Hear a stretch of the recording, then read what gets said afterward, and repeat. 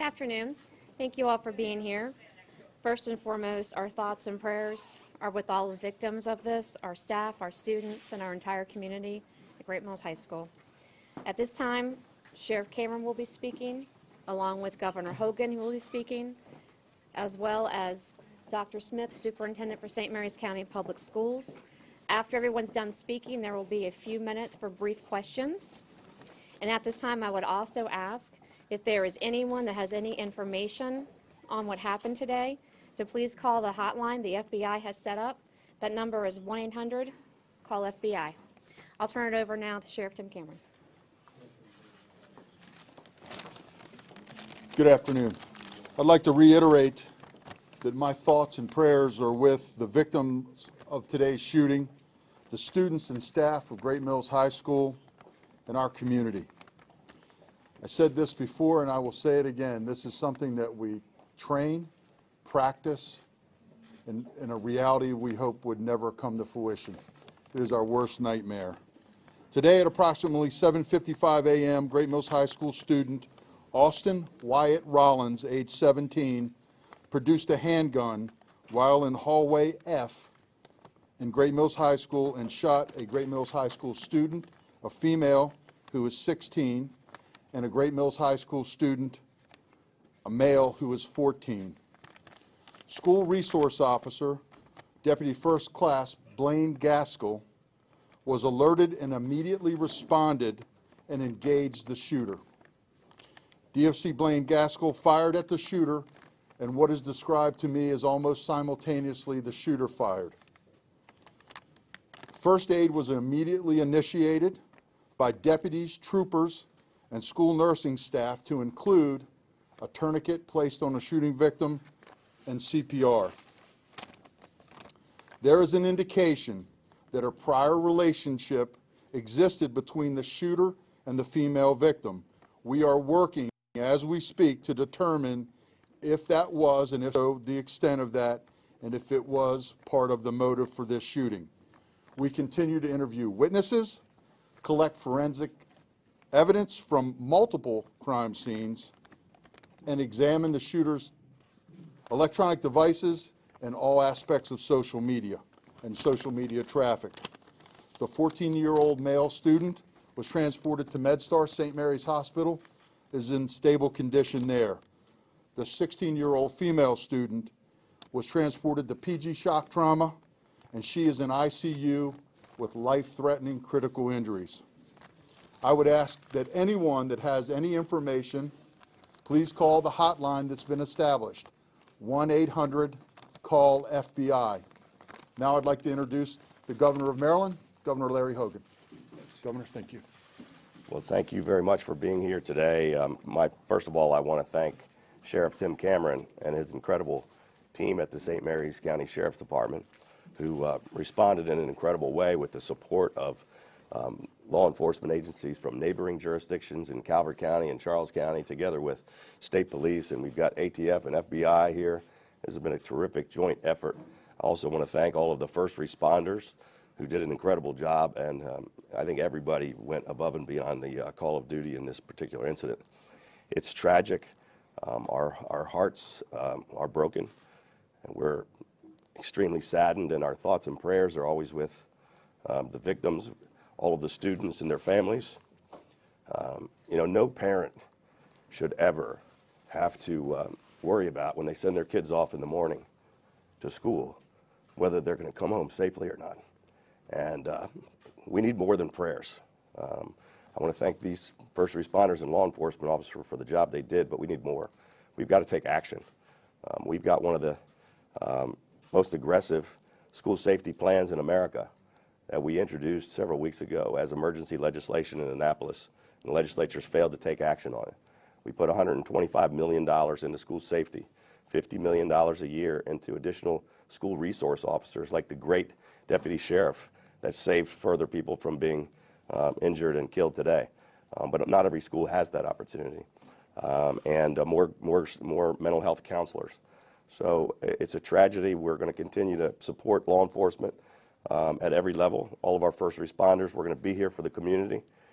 We're going to be here for the families and the children at Great Mills High School.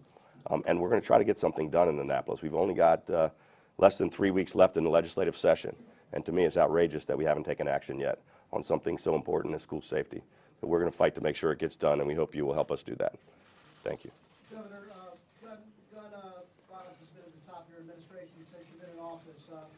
What can you tell Marylanders to assure them that hopefully this will not happen again in a Maryland school? Well, I wish I could tell you that it's not going to happen again. Unfortunately, I won't be able to give you that guarantee, but I know that we have legislation to make it tougher on anyone that commits a crime with a gun. I know we have legislation to make it tougher and longer sentences for people that are repeat violent offenders. And we've got, I'm supporting legislation for the red flag legislation to take the guns out of the hands of the mentally ill or people that are having issues. I've always said we've got to keep guns out of the hands of the mentally ill and people with criminal records.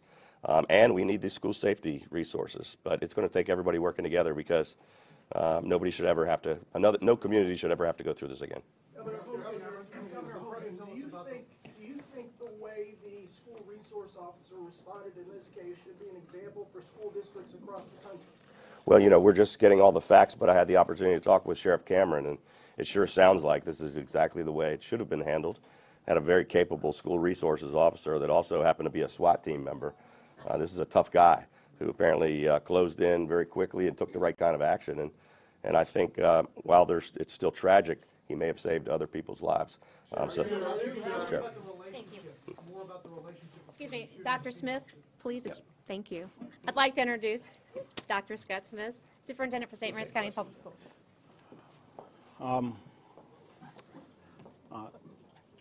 It is fairly overwhelming, the response that we've had as a result of the incident this morning, and it's wonderful to be joined by so many people and to really engage in this conversation. What we had this morning is truly our worst fear, our parents' worst fear. There's no way around it. Principal Heibel, who's over there, Dr. Heibel, he is not only the principal of the school, he's also a parent. We evacuated the kids from that school to Leonardtown High School, where I am a parent. We got contact from Chopticon High School, where Tim Cameron, Sheriff Cameron, is a parent. This is our greatest fear. And so today, it's in the sheriff's hands while we investigate, while we try to understand why, what happened, and to walk through the process. We evacuated almost 1,400 students from that school to Leonardtown. We are only halfway through the reunification process with their parents. I went and spoke to both groups, and I said, please be patient. This takes time. We have to check every one of your children to make sure that they are okay, to make sure that we have resources in place that when they get home, they know that they can reach out to somebody. This is just the beginning of a very long and tragic process that we will go through in St. Mary's County. And we have done all that we're supposed to do. We have a fantastic working relationship. We communicate often. It looks as though the SRO did exactly what the SRO is trained to do, and yet we still have tragic loss of life. We still have somebody in critical condition. And we have students at the school and staff at the school impacted. Dr. Smith, do you know when Great Mills High School will be opened up again?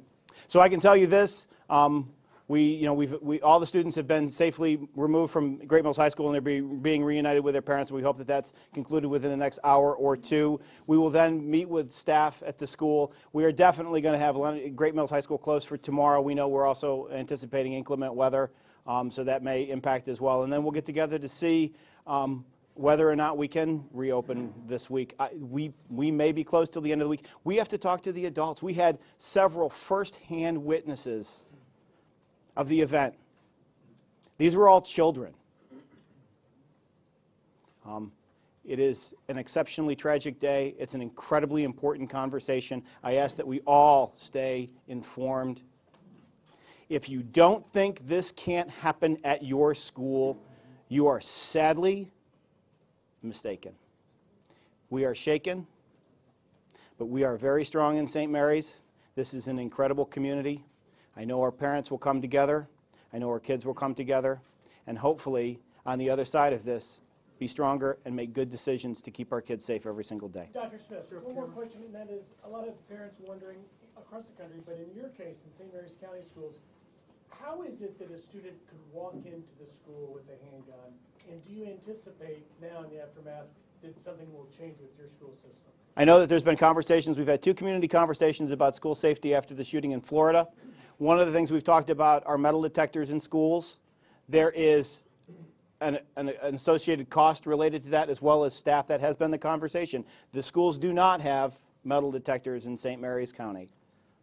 Dr. Smith, did this student have a prior disciplinary history? I can't. I won't speak to the particular motives. I leave that to Sheriff Cameron and his investigation. Can you tell us anything more about the relationship between the shooter and the female student who led you to that information? Was it one of their parents? So our detectives in their interviews subsequent to the event this morning have determined that there was a prior relationship, the extent of which I can't comment on at this time. So we know that. And whether that factored in as a motive in this, I can't confirm that either at this time. Sheriff, were there other threats to this school in the past few weeks before this incident? We had a spate of social media threats that were all over the state of Maryland. We responded locally, appropriately, I believe, but it was a whole spate of those hoax threats throughout the state. And also on your school resource deputy, how is he doing? Obviously, you guys are talking with him as well. And do you believe his actions saved thousands or hundreds of students in that school? So he was unharmed, and he responded exactly as we train our personnel to respond. And I'm sure right now, in the aftermath of this, he's doing well, and we're going to do everything to support and promote him and his well-being. But you have to understand the situation that he responded in. These are children, as Dr. Smith said. And so I'm sure that weighs on his mind. Is there any indication as to where the shooter might have got the gun? Where did that come from? So that's part and parcel to our investigation. Our detectives, and again, there are multiple crime scenes, I said earlier, which includes a car, social media, technology, and the home of the shooter. And so we're working to determine that. The ATF has initiated an emergency trace on the gun. As you can see, assembled here is quite a collection of my colleagues and leadership.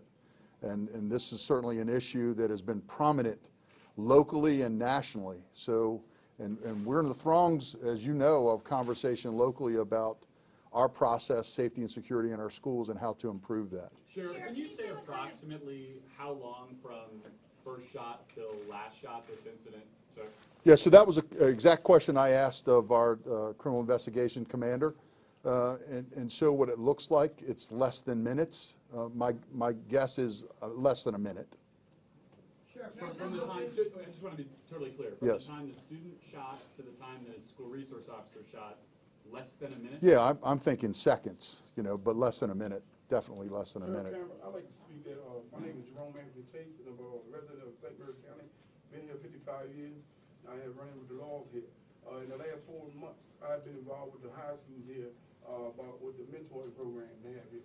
In Arundel County and Charles County, also PG County, the program is very recognized.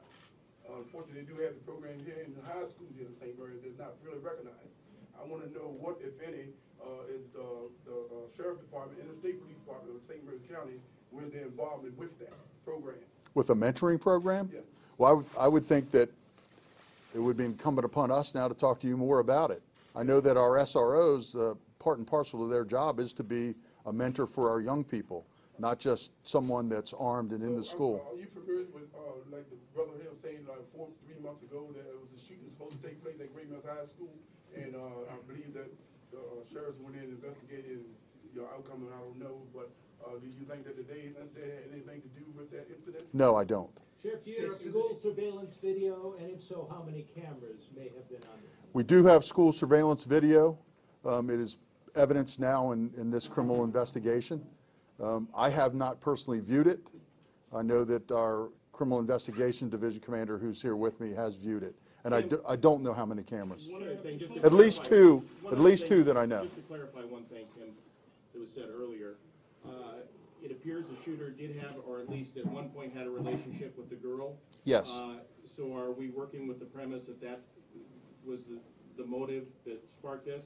And the other individual that got shot, was he involved in this, or was he just happened to be an unlucky bystander? Yeah, I think, and I don't want to guess to where the investigation will take us. But could you say, was the girl targeted?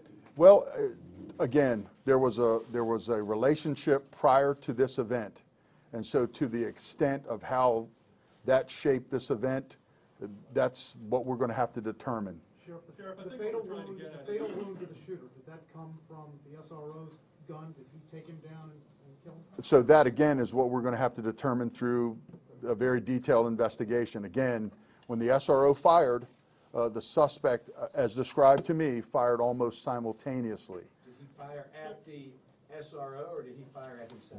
That I don't know. Sheriff, is the suspect family cooperating? As far as I know, yes. Can you spell Yes. out his name? I'll make sure that's provided to you. Sheriff, can you talk about how often the SROs are trained for situations like this, and is it mandated by the district? So as an agency, we went agency-wide and redefined and refined our response to active assailants from the notion of a 3 or 4 man diamond response to a single officer response. And along with that, everyone in the agency was trained.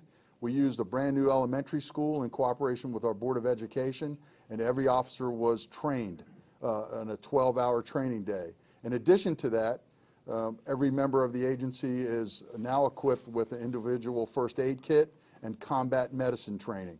And that is redone every time that they go to the range. They reapply bandages and tourniquets because we know that saves lives. And part of the firearms training is individual or fundamental aspects of a response to an active shooter. It's taught in our academy, and we do it in service as well. And Dr. Smith could talk chapter and verse and what they've done in the schools in this school year alone in training staff and teachers in the schools. Sheriff, what kind of gun did he have? I'm sorry. How much ammunition On the did he have? suspect's family, Sheriff, are you able to tell us if not only are they cooperating, but were there any warning signs that they told detectives? So we haven't found any pre-incident signs as of yet, either on social media or any other evidence. I know that we're out at the shooter's home. We may determine something there that will shed light onto this event. Your question was about a handgun. It was a Glock semi-automatic handgun. I don't know how much ammunition was in it, whether there was, I don't know the extent beyond that. So how many SROs are in Great Mills High School? One. There's one SRO assigned to each of our high schools. Sheriff, I know it's too early to. No. I know it's too early to characterize this entire incident, but you seem to be painting a picture of a domestic issue. What we're hearing from witnesses is that this was really targeted at this young lady, and this was not a random shooting, and that he did that and then took off with the SRO in pursuit. Can Yes. you sort of walk us through really what you think, what happened? Well, I did. Again, this individual produced a gun and shot this female student. Whether the motive was to simply shoot her and that was the motive and no more, we may or may not ever know that.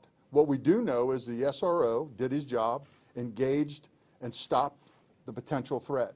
So beyond that, we just may not have an answer. It may not be a random event. That may be his intent, but then we're guessing. And of course, beyond his intent, what was he going to do beyond that? We simply, today, don't know that answer, and we may never know. Sir, would you say that the incident occurred today, maybe Just one more question after this, and then we're going to cut this, okay? I don't believe there's any connection. It was 3 or 4 months ago when the incident occurred, it wasn't this message. You say? What, I don't, The incident 3 or 4 months ago about a shooting supposed to occur. so no, I don't believe there's any connection. I've answered that before. No, my question to you is that the incident 3 or 4 months ago, was it a domestic incident? The incident that you described, that you asked me about, was a social media post, which was a hoax. And no, I don't believe there's any connection. Sir, we can talk to you after this. Yeah. We're only going to take one more question for Question this. for Governor Hogan. Governor, you talked about legislation in the Maryland State House. Are you happy with what President Trump and Congress is doing nationally in terms of legislation? No, it's why we decided to move forward at the state level, and one of the discussions earlier was we were going to put $125 million into making our schools safer. That would include metal detectors for the schools that can't afford them, like St. Mary's County, and it would include school resource officers for the counties that don't have the great program that they have here in St. Mary's County, along with mental health counselors and cameras and other things. Governor, what opposition are you running up against in Annapolis? What's the You know, I can't imagine, given the school safety crisis that we're dealing with in America, that how anyone could vote against additional school safety measures. So we're hopeful. calling for a vote? It's emergency legislation. We expected it to be done a few weeks ago. We're going to keep pushing for the last 19 days of the session. Sure. They should act also. Garrett's question, my colleague, the timeline, just so we've all got it very, very clear. You were saying seconds between the time that the shooter student comes into school, shoots the female, the male, and then engages with the SRO and may or may not have committed suicide? Can you walk me through the exact timeline of that, just for the record stand? Yeah, so approximately 7:55 a.m. What we understand is that the shooter shot the female student, and then the SRO responded and engaged. That appears to be, as described to me, less than a minute. It could be seconds. So, and then the second part of your question, as to whether or not the shooter committed suicide, that is a potential. As I described, when the SRO fired that shot, there was a shot also fired by the suspect or the shooter. And Chris pointed out there is video, so obviously that's evidence that we will examine very closely and be able to determine, I hope, specific to those events. Can you determine which shot hurt, which shot wounded the 14-year-old? Whose gun, whose shot wounded the 14-year-old? No, not at this point. Could have been the deputy's gun, or is he behind it? Well, those are the possibilities that this investigation will determine. Was the 14-year-old, where was he in the vicinity, on the shooter's side or on the deputy's side? I know that he was in the hallway. I don't know specifically where he was in the hallway. All right, we're going to go ahead and conclude this. If you would like any further updates, we will be updating our social media, our Facebook and our Twitter account, and also the Sheriff's Office blog with any further information on this. And again, if I could just please remind everyone to put this out there. Anyone that knows anything about today's incident, please call the 1-800-CALL-FBI number. Thank you very much.